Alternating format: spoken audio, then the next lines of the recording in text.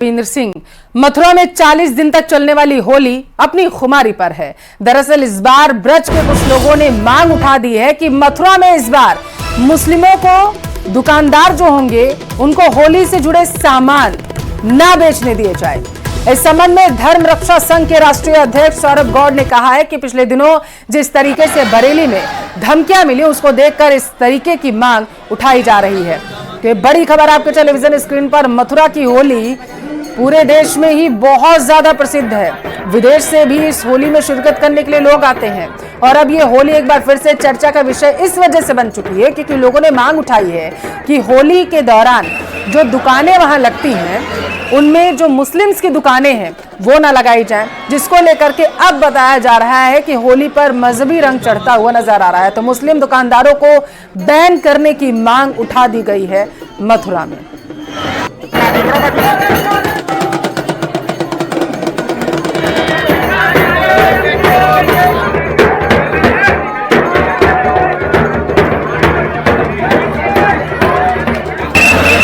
दिनों बरेली में जिस प्रकार देखने में आया कि मुस्लिम समाज के लोग हमें धमकियां दे रहे हैं, तो हम धर्म रक्षा संघ की ओर से हमने ये निर्णय लिया है कि ब्रज क्षेत्र में हम मथुरा, वृंदावन, नंदगांव, बरसाना, गोकुल, दाऊजी सभी जगह होली के दौरान मुस्लिम समाज के प्रवेश पर प्रतिबंध लगाएंगे। हम बिल्कुल नहीं चाहते कि मुस्लिम समाज का कोई भी व्यक्ति किसी भी प्रकार का व्यापार रंग गुलाल बेचने का काम होली में करे या होली की भीड़ में घुसकर हुड़दंग करे, क्योंकि हमें इनकी भावनाओं से अभी भी पूरा खतरा है। होली का पर्व अपने आप में खास होता है क्योंकि इस पर्व में लोग आपसी मतभेद और दुश्मनी को बुलाकर एक दूसरे के गले मिलते हैं और गुलाल लगाते हैं। लेकिन इस बार की होली अपने आप में खास होने जा रही है। ब्रज की होली में जो ब्रज के संत हैं उनके द्वारा मांग उठाई गई है कि जो मुस्लिम दुकानदार हैं वो ब्रज की होली में उनकी एंट्री पर पाबंदी लगनी चाहिए, जिस तरीके से कुंभ में मुस्लिम युवकों की एंट्री पर पाबंदी थी। संतों का आरोप है कि बरेली में जिस तरीके से पिछले दिनों धमकियां मिली हैं उसके बाद उनको इस तरीके की मांग उठानी पड़ी है ताकि प्रेम और सौहार्द का जो पर्व है वो सकुशलता के साथ संपन्न हो सके। नितिन गौतम, न्यूज़ 18, मथुरा।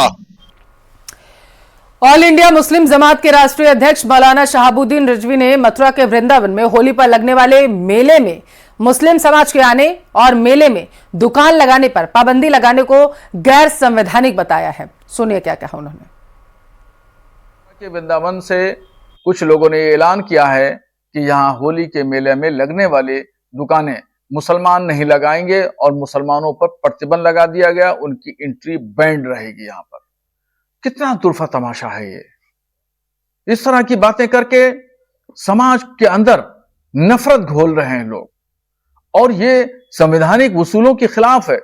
हिंदुस्तान का रहने वाला हर शख्स यहाँ का नागरिक है, यहाँ का शहरी है, कहीं भी दुकान लगा सकता है, कहीं भी मकान खरीद सकता है। बद्रीनाथ के माणा में खराब मौसम के बीच ऑपरेशन जिंदगी अभी भी जारी है। शुक्रवार को ग्लेशियर गिरने की वजह से BRO कैंप में काम कर रहे 55 मजदूर दब गए थे। हालांकि 51 मजदूरों का रेस्क्यू किया गया। रेस्क्यू किए गए 4 मजदूरों की जान चली गई। वहीं अब भी 4 मजदूरों की जिंदगी के लिए जद्दोजहद जारी है। उम्मीद की जा रही है कि कुछ ही घंटों में बाकी बचे मजदूरों को भी सुरक्षित बाहर निकाल लिया जाएगा। उत्तराखंड के मुख्यमंत्री पुष्कर सिंह धामी लगातार हालात पर नजर बनाए हैं। पीएम मोदी को भी इस पूरे मामले की जानकारी दी जा रही है। तो ये बड़ी खबर आपके टेलीविजन स्क्रीन पर। भारी बर्फबारी होने की वजह से रेस्क्यू ऑपरेशन में दिक्कत आ रही है।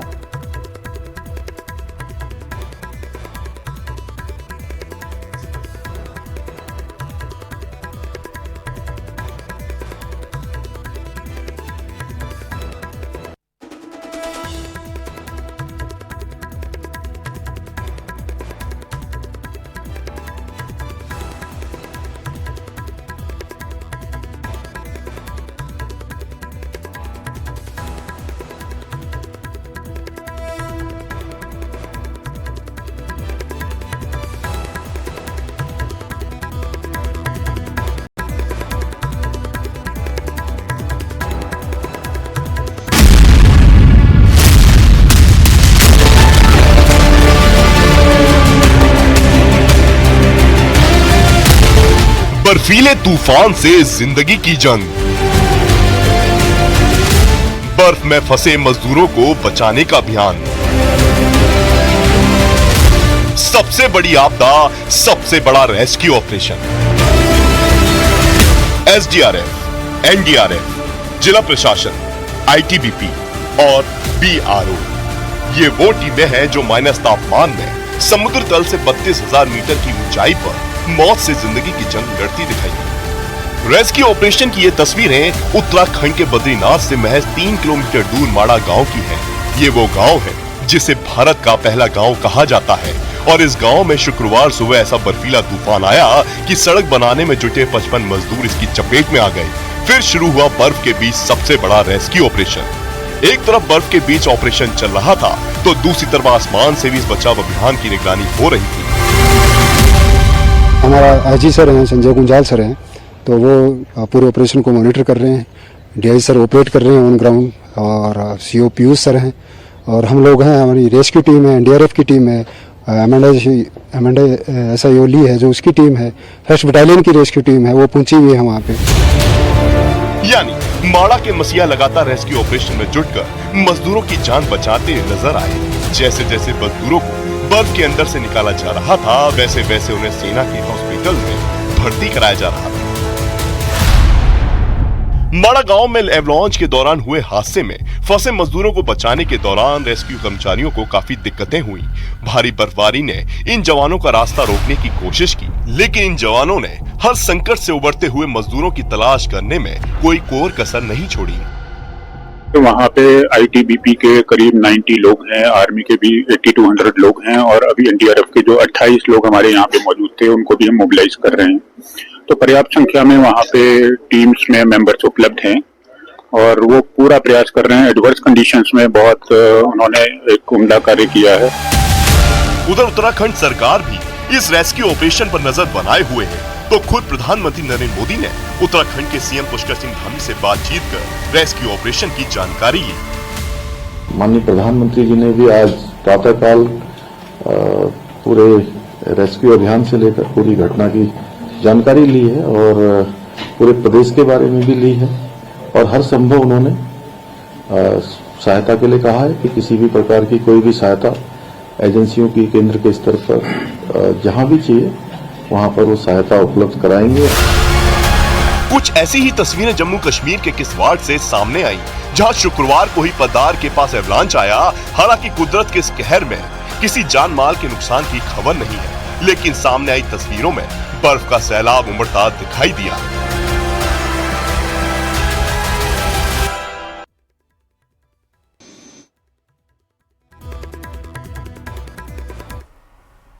उत्तर भारत में मौसम ने एक बार फिर से करवट ले ली है। जम्मू कश्मीर, हिमाचल प्रदेश और उत्तराखंड में भारी बर्फबारी हुई।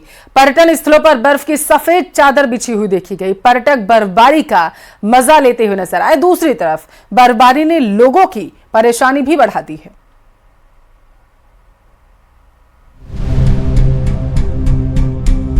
लाहौल स्पीति में बर्फबारी,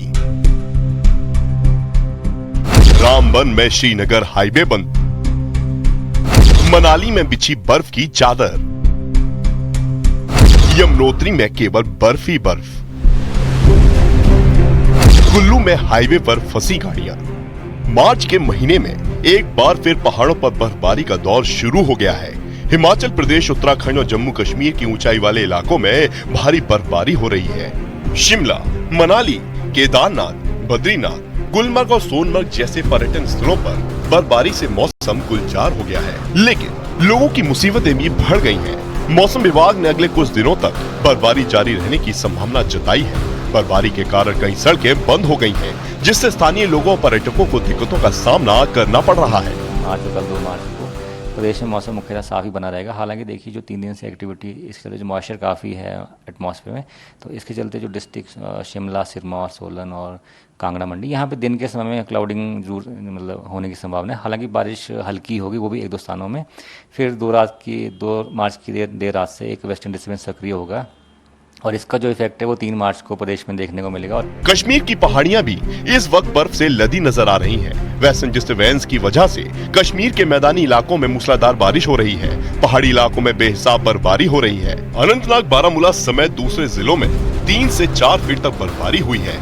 कश्मीर घाटी के कई इलाकों में इतनी बर्फ हुई है कि अभी भी गाड़ियां बर्फ के नीचे डक गई हुई हैं और आप देख सकते हैं बर्फ बहुत ज्यादा है। गाड़ियों के छतों के ऊपर कई गाड़ियां फंसी हुई हैं कई जगहों पे जहां पर ज्यादा बर्फबारी हुई है। साधना टॉप हो कुपवारा का या करना हो, मच्छल हो, टंगड़ार हो, गुरेज हो, 5 से 6 फुट बर्फ कई जगहों पे जमा हुई है, जबकि गुलमा के अफरवट एरिया में 3 से 4 फुट बर्फ जमा हुई है। जम्मू कश्मीर में जारी बर्फबारी ने लोगों की मुसीबतों को बढ़ा दिया है। हालांकि पर्यटकों के चेहरों पर खुशी नजर आ रही है। मार्च में हिल स्टेशन पहुंच रहे लोगों का कहना है कि उन्हें बर्फबारी की उम्मीद नहीं थी। ठीक सर, कहाँ से आए हैं? अहमदाबाद गुजरात। कैसा लगा? अहमदाबाद गुजरात से आए हैं आप, और कैसा लगा यहाँ बर्फबारी को देख के? बढ़िया है सर्दी, वहाँ पे तो 40 डिग्रीज था, यहाँ पे -4 में चल रहे हैं।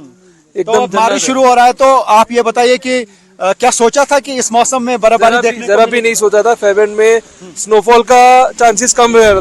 दूसरी तरफ उत्तराखंड और हिमाचल में जारी बर्फबारी से मौसम खुशनुमा जरूर हुआ है, लेकिन लोगों को यहाँ भी परेशानियों का सामना करना पड़ रहा है। उत्तराखंड मौसम विभाग ने 3 जिलों में बारिश और बर्फबारी का रेड अलर्ट जारी किया है। इसमें चमोली, पिथौरागढ़, रुद्रप्रयाग में बर्फबारी और बारिश की चेतावनी जारी की गई है।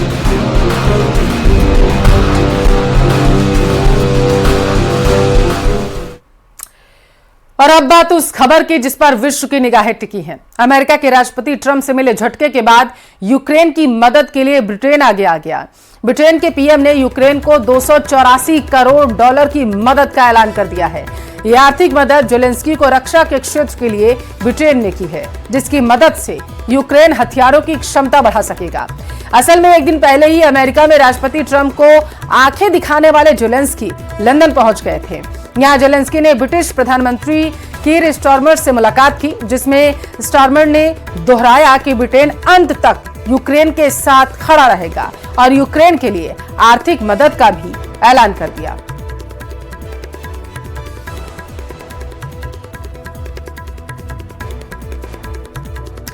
अब आपको 2 तस्वीरें दिखाएंगे। एक तरफ ट्रंप और जेलेंस्की के बीच हुई बहस, तो दूसरी तरफ लंदन में ब्रिटेन के पीएम से जेलेंस्की की मुलाकात। ये 2 तस्वीरें यूक्रेन रूस युद्ध का भविष्य तय करने वाली हैं, क्योंकि अब तक यूक्रेन के साथ खुलकर खड़ा नजर आने वाला अमेरिका रणनीति में बदलाव करने का मन बना चुका है, जबकि दूसरी तरफ ब्रिटेन और बाकी यूरोपियन देश हर हाल में यूक्रेन के साथ खड़े नजर आ रहे हैं। लेकिन सवाल ये कि ये समर्थन अमेरिका की भरपाई कर सकता है क्या?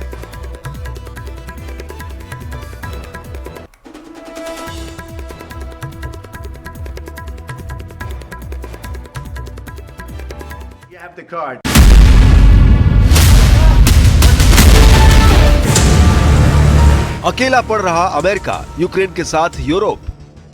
28 फरवरी को भले ही ओवल ऑफिस में राष्ट्रपति ट्रंप और उपराष्ट्रपति जेडी वेंस ने जेलेंस्की को जमकर बेइज्जत किया हो, लेकिन ये भी सच है कि इस तीखी जुबानी जंग में जेलेंस्की हीरो बनकर निकले हैं, जबकि ट्रंप पर पुतिन का चापलूस और जेलेंस्की पर दादागिरी के आरोप लगाए जा रहे हैं। जब से ट्रंप राष्ट्रपति बने हैं, उसी वक्त से वो नेटो, यूरोपीय यूनियन के खिलाफ मोर्चा खोले बैठे हैं। यूक्रेन युद्ध को लेकर ट्रंप की पुतिन नीति की वजह से भी अब नेटो और यूरोप के देश अमेरिका के खिलाफ हो रहे हैं।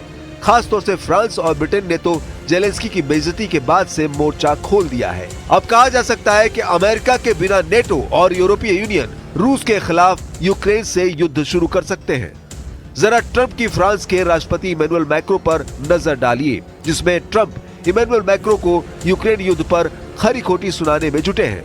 इसी तरह ट्रंप ब्रिटेन के पीएम कीर स्टारमर से टकराव करते नजर आ चुके हैं। ट्रंप ये साबित करना चाहते हैं कि यूक्रेन युद्ध में अमेरिका ही यूक्रेन का सबसे बड़ा मददगार है और बाकी देश यूक्रेन को कर्जा दे रहे हैं, जबकि ट्रंप का ये दावा गलत है। यही वजह है कि अब यूरोपीय देश अमेरिका से दूर होते जा रहे हैं।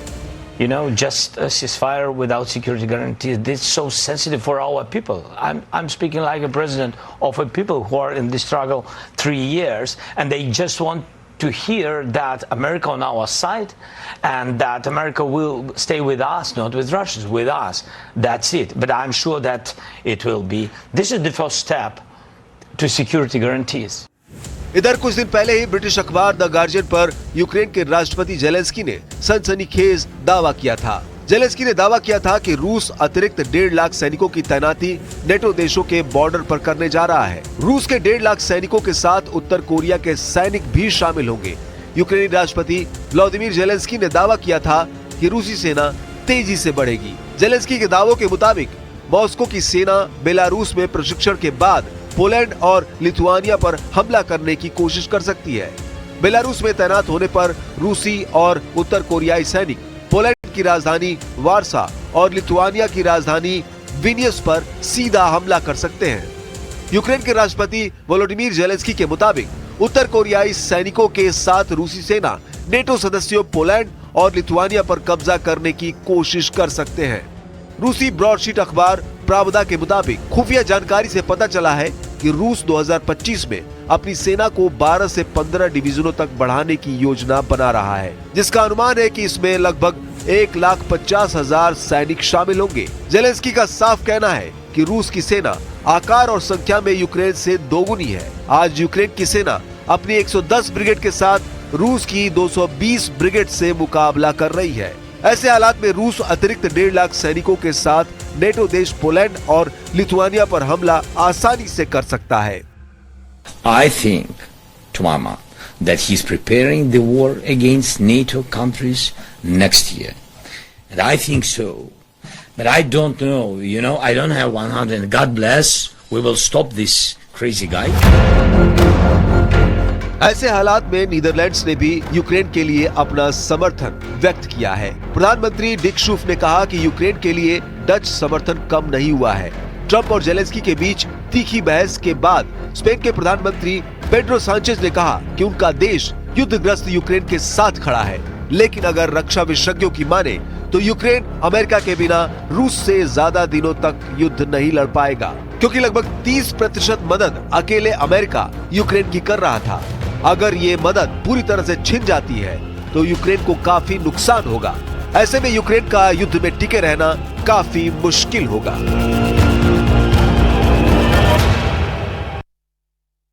तो ट्रंप से भिड़ंत के बाद जेलेंस्की ने ब्रिटेन में गोलबंदी शुरू कर दी। यूरोपीय देशों के शिखर सम्मेलन में जेलेंस्की की कोशिश अमेरिका और रूस दोनों के दुश्मनों को यूक्रेन के साथ लाने की है। उधर युद्ध समझौता न होने से भड़की पुतिन ने यूक्रेन पर भीषण हमले करने शुरू कर दिए, जिसके जवाब में यूक्रेन फाइटर ड्रोन से रूस को दहला रहा है। लेकिन जेलेंस्की नेटो जैसा सैन्य संगठन बनाकर ट्रंप और पुतिन दोनों से टक्कर लेने का प्लान बना चुका है। जेलेंस्की एक ऐसे देश को अपने साथ जोड़ सकते हैं जिसके पास अमेरिका के दिए एटम बम है। क्या इसी डर से ट्रंप ने तीसरे विश्व युद्ध का विलेन जेलेंस्की को बता दिया है? इस स्पेशल रिपोर्ट में आप पूरा माजरा समझिए।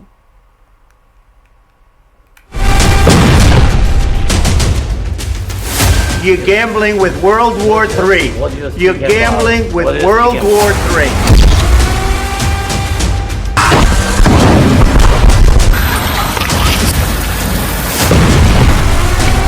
जेलेंस्की ट्रंप की हॉट टॉक का साइड इफेक्ट महज कुछ घंटों में दिख गया। रूस ने यूक्रेन में घुसकर अंधाधुंध बमबारी शुरू कर दी है।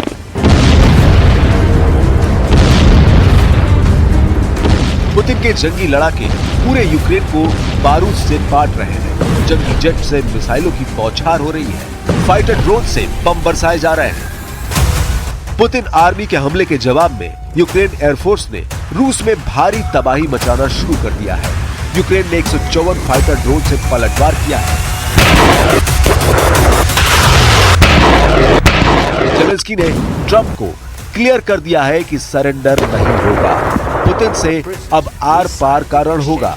जिस लीडर ने 3 साल तक पुतिन के ताप को झेला है, जिस जेलेंस्की ने दुनिया के सबसे ताकतवर सेना को बराबर की टक्कर दी है, उन्हें क्या सिर्फ जुबानी जमा खर्च से सरेंडर करवाया जा सकता है? क्या सिर्फ हथियारों की धौंस जमा कर डराया जा सकता है? फाइटर प्रेसिडेंट ने पुतिन और ट्रंप की ये गलतफहमी दूर कर दी है कि यूक्रेन को किनारे करके युद्ध रोका जा सकता है। व्हाइट हाउस में कैमरे के सामने ट्रंप से आंख में आंख मिलाकर जेलेंस्की ने ऐलान कर दिया है कि युद्ध नहीं रुकेगा। That's why we will never accept just ceasefire. It will not work without security guarantees. Security guarantees. President Putin lakh pressure बना ले, ट्रंप कितनी भी दादागिरी जमा ले, कोई साथ दे या ना दे, जब तक यूक्रेन की सुरक्षा तय नहीं होती, पुतिन से जंग जारी रहेगी। बारूद बरसता रहेगा, रूस भी दहलता रहेगा। रूस के हमदर्द बनने वालों को भी खामियाजा भुगतना होगा, क्योंकि यूक्रेन जिस युद्ध में फंसा है उसमें अब रूस के खिलाफ महाशक्तियां मोर्चा संभालने जा रही हैं। अमेरिका के राष्ट्रपति ने इस डर का इजहार बेहद गुस्से में कर दिया है। You're right now not in a very good position. You've allowed yourself to be in a very bad position, and he happens to be right about it. From the very beginning of the war, you're not in a good position. You don't have the cards right now. With us, you start having cards. But right now, you don't. You're playing cards. You're playing cards. You're gambling with the lives of millions of people. You're gambling with World War III. You're gambling with World War III. And what you're doing is very disrespectful to the country, this country, that's backed you far more than a lot of people said they should have. Super power सुनने की आदत ने America को ऐसे चक्रव्यूह में फंसा दिया है जिससे बाहर निकलने का कोई रास्ता फिलहाल प्रेसिडेंट ट्रंप के पास नहीं। ट्रंप खिसियाए हुए हैं, ट्रंप झल्लाए हुए हैं। ट्रंप का बस नहीं चल रहा कि वो यूक्रेन के जिद्दी ज़ेलेंस्की के साथ करे तो क्या करे। ट्रंप को आगे तीसरा विश्व युद्ध साफ दिख रहा है। ट्रंप को तीसरे वर्ल्ड वॉर से अमेरिका को दूर रखने की कोई तरकीब नहीं सूझ रही। कहां तो अमेरिका रूस यूक्रेन युद्ध का खात्मा कुछ ही दिन में करवाने की धौंस जमा रहा था, कहां अब नौबत तीसरे वर्ल्ड वॉर की आ गई है। खुद प्रेसिडेंट ट्रंप खौफजदा है कि ज़ेलेंस्की नहीं माने तो, सरेंडर नहीं किया तो पुतिन कई देशों को जला डालेंगे। ट्रंप बार बार ज़ेलेंस्की को समझाने की कोशिश करते रहे कि तीसरे विश्व युद्ध का दांव दुनिया के लिए खतरा है, मगर ज़ेलेंस्की ने ट्रंप को खरी खरी सुना दी। ज़ेलेंस्की ने साफ कर दिया कि वे पुतिन के आगे सरेंडर को तैयार नहीं है। समझौता होगा तो उसकी एक ही शर्त है, वो शर्त है यूक्रेन की सिक्योरिटी की गारंटी, जिसे देने के लिए न तो डोनाल्ड ट्रंप रेडी है, न ही प्रेसिडेंट पुतिन यूक्रेन पर भविष्य में हमला न करने को तैयार है। ट्रंप को यकीन था कि ज़ेलेंस्की को घुड़की देकर वो अपनी बातें मनवा लेंगे। ट्रंप ये बार बार कई मंच से कह चुके थे कि यूक्रेन इस हैसियत में नहीं है कि पुतिन के सामने कोई शर्त रखे। यही बातें व्हाइट हाउस में ओवल ऑफिस में ट्रंप ने ज़ेलेंस्की के सामने जब कही तो मामला बिगड़ गया। जख्मी लीडर ज़ेलेंस्की ने ट्रंप को करारा जवाब दिया, जिससे भड़के के ट्रंप ने ज़ेलेंस्की पर अमेरिका की बेइज्जती का आरोप तक मढ़ दिया, मगर फाइटर लीडर की तरह ज़ेलेंस्की ने अपने देश का पक्ष रखा, अपने लोगों की सुरक्षा की फिक्र जताई। He had, of course, not with you, but he had during those periods, he had conversations with our side. And we had Normandy format, you know, the France, Germany, Ukraine and Russia. And he broken 25 times. That's why we will never accept just ceasefire. It will not work without security guarantees. Security guarantees, maybe President is right about this document and other, but this document is not enough. Strong army is enough. Because his soldiers afraid, Putin's soldiers afraid of our soldiers when we're strong enough. If we are not strong enough, if we are empty, if our storage is empty, we can't defend our land. हालांकि white house में हुई hot talk ने दुनिया के लिए खतरनाक message दिए हैं। प्रेसिडेंट ट्रंप भले ही फिल्मी अंदाज में डायलॉग बाजी कर रहे थे, मगर उनकी जुबान से वो डर बयां हो गया जिससे अमेरिका को बड़ा झटका लग सकता है।